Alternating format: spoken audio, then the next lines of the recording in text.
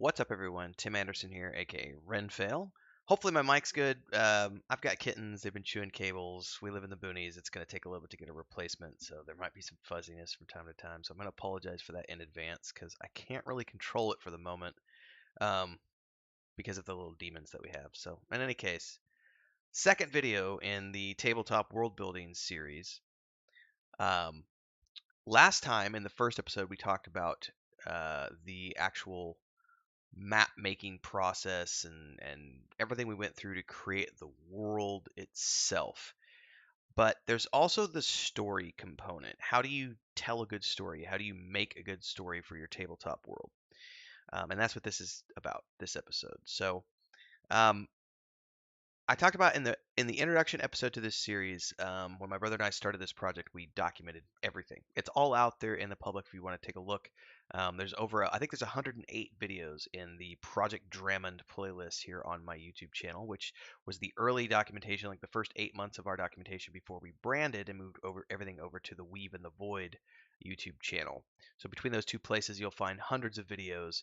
If you hit up the Patreon, I think it's close to 200 posts that we've made documenting the building of our tabletop game, the point and click adventure game, and the book chapters as they've been published 2 times a month since we started. So anyway, um, the story components of this are out in those episodes. They're called the brainstorming episodes, so just look for those when you're looking this stuff up. It's the Project Drummond brainstorming sessions, and you're gonna hear my brother and I sit down and brainstorm all of the story elements from the beginning until we got to the point where we were actually writing, and then in through the writing process, I should say, and also through the live streams of our campaign sessions, we have found little things that we have wanted to tweak along the way and have been able to do so on the fly because everything we do is based around digital products. So we don't have to wait for print runs. We can very quickly get things up and into a patched edition, and then that goes out to customers. We get updated posts on the Patreon page, so on and so forth. It's very easy to patch things up as we add new things in and go along. But for the most part, we've stuck pretty true to the original story that was laid out in the very beginning. I think the only thing that has changed is during the book writing process, because I did that in a serialized format through Patreon.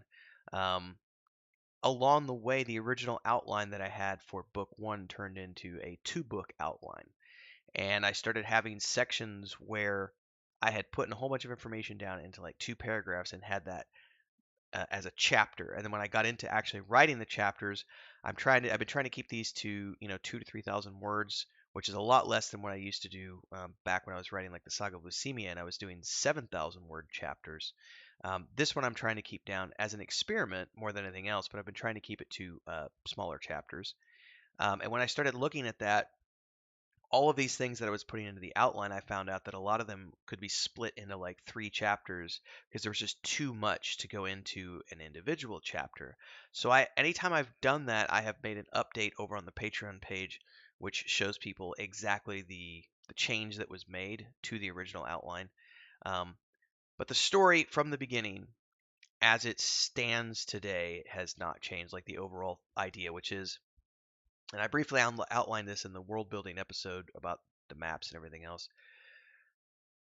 We had a setting where we said we wanted it to be a pandemic in a fantasy setting, and we wanted to blend elements of fascism and racism into it so that we had a story that was impactful, not just because there's this threat that's threatening everybody, but also because there's this other thing that's going on. Because we looked at what was happening in the world and we saw, and this is a political statement that we were making in our game, but also looking at the way it mirrored the real world at the time that we were drafting this all out, where everybody was in lockdown, quarantines were in full effect, vaccines were being rolled out, and only people in first world countries were getting the vaccines at first, and then that rolled out from there to a global vaccine, and then we got the whole different vaccines are better than other vaccines, and some countries won't accept you into their borders unless you've had a specific type of vaccine, which led to accusations of elitism and classism and global politics and all this other stuff. And then on the other side of the equation is countries where COVID was very politicized, and then we had examples of, well, what about the people who don't want to take a vaccine? And then we've got the conspiracy theorists, and we've got there's just a whole range of things that were happening during COVID that we took notes on and said, let's put that into a fantasy environment and let's have it play out in that world. So that was the original core idea. But then as we started to get into the creation of the characters and the actual story, like here's the story from the book's perspective, which is originally the original draft, we had a single child, a single individual, a single human child who, because of the evolution and the adaptation that was taking place, they found themselves able to use Fey or elemental magic, which has never happened before, and that makes them an oddity and something to be studied and figured out, and also dangerous from a certain political point of view. Um, so that put the pressure on creating a story around that one character. But then as the outline went on and we continued to expand things before I ever started writing the actual book chapters, because there was quite a few months of brainstorming and story building and outlining and everything else. We looked at it and I went, what if we did this as a pair of siblings? And then my brother and I sat and I talked about that, and we decided to make it a set of twins, because we were able to take a set of twins and have there be a betrayal story that happens somewhere along the way between those two siblings, which the adds to the storytelling component from a novel perspective, because we can then take this novel and now we've got an additional theme going on, which is not only do we have this kid who's going to become the next bridge between human and Fey, now we have a pair of siblings who are going to bridge that gap, but now we put them on opposing sides of this political fence and opposing sides during the war. And then we see, what's that reconciliation look like? Is there a reconciliation? Um, I'm not going to give anything away, because some of that stuff we have kept behind closed doors. Those cards are held a little bit closer to our chest. But making that adaptation from 1 to 2 was something we did openly for everybody to watch during the outlining process. And then also from a perspective of the tabletop, we knew that we wanted a different set of characters who were a part of the tabletop campaign. So you've got the main characters of the book, and those characters are also in the tabletop campaign as NPCs that the player characters will be interacting with on a regular basis, which allows us to tie those two stories together. So if you've read the book and then you go play the tabletop campaign, you're going to recognize a lot of those names, and vice versa. It also allows us to take the setting of the tabletop world and whatever's going on in that setting at that time, and have that be the exact same things that are taking place in the book, but we're showing things from a different perspective, because the characters are in different places than the player characters might choose to be when they're actually playing through a campaign. Because some people might follow our modules, but other people might decide to go off the beaten path and do their own like homebrew campaign in our setting. And so part of our responsibility, from my brother and I's perspective, was creating all of those details behind the scenes so that someone could come in and run a homebrew campaign in our world, knowing that these are the events that are taking place and that's what life is like in these various cities. And then from there, they can sort of, make up their own adventures in the towns and villages and beyond. In any case, looking at the tabletop storyline, having some of those characters there as NPCs, but you can't have them be with the player characters the whole time, because they're way overpowered and they're higher level adventurers with special abilities, and they are hero characters as opposed to just normal NPCs. But having them be there together, and of course taking snippets of these characters and having them show up as Easter eggs in the point and click adventure game. So like the town of Marin's Rest, which is where the point and click adventure game starts and takes place in, that is mentioned in the books. It's also mentioned in the tabletop, and we kind of find out that Thanon Rockguard, who is one of the dwarven protagonists in the book, also an NPC in the tabletop campaign, who runs a smithy in the city of Parthona, had an apprentice once upon a time, Corbin Fern, and Corbin Fern is a human and lives in the town of Marin's Rest. So that's mentioned in both places. And then in the book, we actually end up in Marin's Rest when we meet the two twin protagonists who get added to the party in part 2 of book 1. those characters are from Marin's Rest, but it's just a way that we looked at tying everything together so that we had this network layer of storytelling so that when people come into our world, they have multiple ways to enjoy it. It's not just about the point and click game. It's not just about the tabletop world or the story being told there. And it's not just about the book series. It's all these things together so that people can find whatever is most enjoyable to them and go from there. But then also having the Easter eggs there so that for those people who want to branch out, you find little cool things. So that did take quite a bit of planning on our part, um, conscious knowledge in advance that we were going to be doing it that way. So us sitting down for several months at the very beginning of this project and just brainstorming all of that out in the open and doing that like a writer's room, so to speak. Um, we also got feedback from some of our friends and people over on Patreon as well along the way, which helped influence things. And of course, when we did playtesting, there's things from playtesting that influenced things. Um, People who left comments on the draft chapters as they were being published on the Patreon page, because everything that gets published on the Patreon page in terms of the first novel has been done so in a rough draft format. Everybody gets to read the first drafts. Like there's no editing that takes place when I publish something to Patreon. I literally write a chapter. I might give it a very quick one pass just to make sure that I've caught any like super glaring mistakes like spelling or something. But then it goes out there. There's repetitive word use. There's all sorts of issues with the first drafts on the Patreon page, but those are for the supporters who want the behind the scenes juicy nitty gritty stuff and see how it all is built, right? And then my responsibility once the final chapters are published here in the course of the next month, I then go into March and we go into the revision stage. And I'm actually going to go take all of the chapters, which should be about 35 chapters by that point, and I have to take all of those and do an edit pass and a revision pass because there are things I want to flesh out more, things I've thought of along the way that I want to do to enhance the book. And it's a rough editing pass. After that, it goes to the alpha readers. I take feedback from the alpha readers. I then go and do another revision later on this year, ideally by June or July. Um, and I then walk away from that next revision and give it to the beta readers. And then, depending on what feedback the beta readers have, I will then make any final adjustments before I then get it out on print on demand for our fans. It'll be on Amazon at this point, unless we make a publishing deal along the way with somebody. But the current plan is we're going to just keep self-publishing all these things like we've always done because we can make a decent amount of money at self-publishing things without there being any middleman. But there's always the opportunity for a publisher to come along who's going to be able to get us better results than we get on our own. We're always happy and willing to have those conversations as they take place. But for us, the world building from a storytelling perspective was something that was done together. Chris didn't really have any input in that. She didn't really want to have any input on that. She was happy to just work on the art. So it was my brother and I doing all of that together. Whereas previously with the Saga of Leucemia, I did that all in a bubble. It was just me, which is the way most authors do things. Is you do it in a bubble. You come up with an idea, you draft an outline, and you write the book.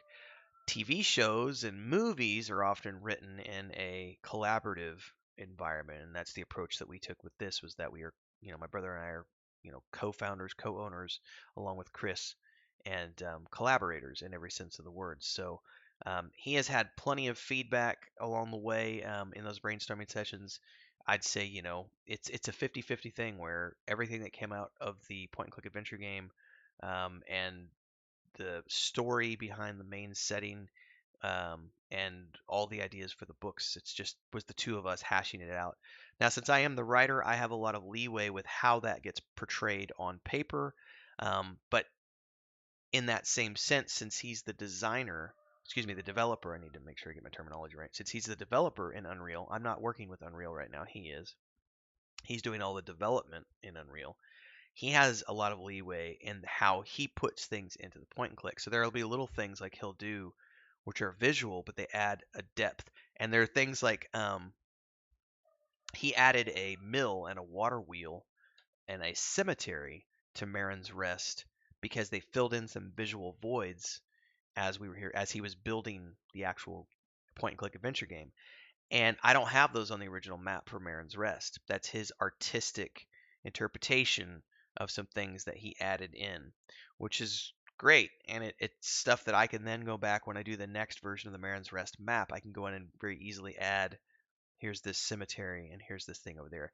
And also, if you look at when we did the live streamed portions of the season 1 story arc in the latter part of 2022, the city of Forkland had a specific map that I had built and we were using for the sessions. And then during the live streams, we did a couple of adventures where I had to make up like um the why am I blanking on the harbor master's office. The harbor master's office is not on the map. It was a place that we invented during the gameplay sessions because one of the players wanted to go look for it. And then similarly, I had to come up with a tavern that was located near there because of something that the characters wanted to do, and it was something that came up in the course of the role play scenario. So I was then able to take that and then, okay, now I'm going to add those two elements to the map. Forkland now has the Harbor's Master's office, and it has this tavern over here by the Harbor's Master's office, and those are a part of the updated map that will then eventually go into the module when that module is ready to go. And of course, anything I come up along the way in the writing of that, I will then be able to add to that map. And there is always going to be a certain point when you stop revising and it's done. Like you have to have a certain version where that's it. That's the last version, and you just keep on whatever you're working on is the stuff that you're working on moving forward. You don't keep coming back and revising. But the way I look at it is, even though we published the source book and the prequel module in May of 2022, the point and click game isn't published yet, and the first novel isn't finished being written yet. So until both of those things are in their final stages, and I already outlined the final stages for the novel, that'll be late summer, probably early fall, before the book one is in its final state, ready to be published as a print on demand book. Similarly, the point and click game might be around that time frame, depending on if we're, having conversations with publishers and everything else. But until both of those things are in their polished states, I don't consider the tabletop source book completely finished either, or the work that we're doing on the ongoing season 1 module, because there are things I can do and things that will happen between now and then that can influence whether or not I need to make additional changes. But there will come a point when all three of these things are out in the wild together. That's it. That's version 1. That's the first chapter of the point and click. That's the first novel. All three of those things are in the wild together at the same time. Once that happens, that's the version control mark. We can't go back then and retcon anything from that point. Everything we work on from that point onward needs to be season 2, book 2, second chapter of the point and click game, so on and so forth. Or if we're doing an RPG next, which we might be doing an RPG next, well, we'll talk about that later. Well, actually, you could go over to the Weave in the Void YouTube channel and look at all those things and find out more about what we're doing over there. In any case, hopefully that has given you a little bit of insight into the storytelling component of the tabletop world building. At least coming up with like the idea for your world and the main story of the game, which is this. And along the way, I was gonna wrap up the video and I completely forgot about something that I should have mentioned this earlier in the video and I spaced. One of the other nice things about this is that even though we had all this stuff lined out and we had an idea we wanted to do in the beginning, once I actually started writing the novel and working on the campaign modules, um, Chris and I were at the park. This is when we were still living in Mexico City and we were doing one of our daily runs. And I immediately was like, we immediately stopped because I was like, Chris, I just had this mind blowing thing because we had I can't remember what I had seen or what I'd seen something recently, and I was thinking about that show as I was running around the park, and then it hit me that what we were developing wasn't just a game about a pandemic in a fantasy environment. It was also like a horror game, and I was like, we've literally created because the Turned, it's kind of like the cordyceps with The Last of Us, but also kind of like zombies too. There's this thing that happens. The difference is they don't, and we brainstormed this. The Turned in our world become a playable race for the story 2, the season 2 arc. They become a playable race. The events that happen in the prequel module in Escape from Parthana are when the Turned first appear, and it is a pandemic environment. The evolution of those creatures from infected to turned and then becoming a player character race and a force to be reckoned with their own political agendas and territories that they defend in the northern parts, in the northern plains and everything else on the other side, on the northern side of the inner sea. Um, in the early stages of that, it's very much like the infected or zombies. And so I realized what we were making wasn't just this fantasy, environment with a pandemic set in it, but also a horror survival game where the players are actively trying to survive the infected, not get infected. There's infection rates for the humans and half elves, but not for the Fae. There's all this stuff going on, but beyond the political tensions between the Fae and the humans, and the genocide that the humans are trying to enact. And then there's the religious issues with the Church of the Elder Ways. There's all that going on, and then there's the whole infection thing and trying to find a cure, except there really isn't a cure, and then having to deal with this political force that's arising in the north that they end up finding out is the turned, and those becoming peoples that have to be recognized. It's a complex series of things, and all of that is something where I'm glad that I did it with someone else. I'm glad that I did it with my brother because a collaborative environment can be very good for storytelling because you're bouncing ideas off other people and you're not just stuck in your own head, which can sometimes be limiting. So once you're getting lots of different opinions on things and you can collaborate in this way, it can ultimately lead to a much better storyline. Anyway, that was what I wanted to add to the conversation. So from here on out, if you like this kind of stuff and you want to get more of it, the best way to do that is to like, subscribe, hit that bell icon, and support with memberships, super chats, super stickers, support over at the Patreon page, so on and so forth, because that shows me that you want more content like this.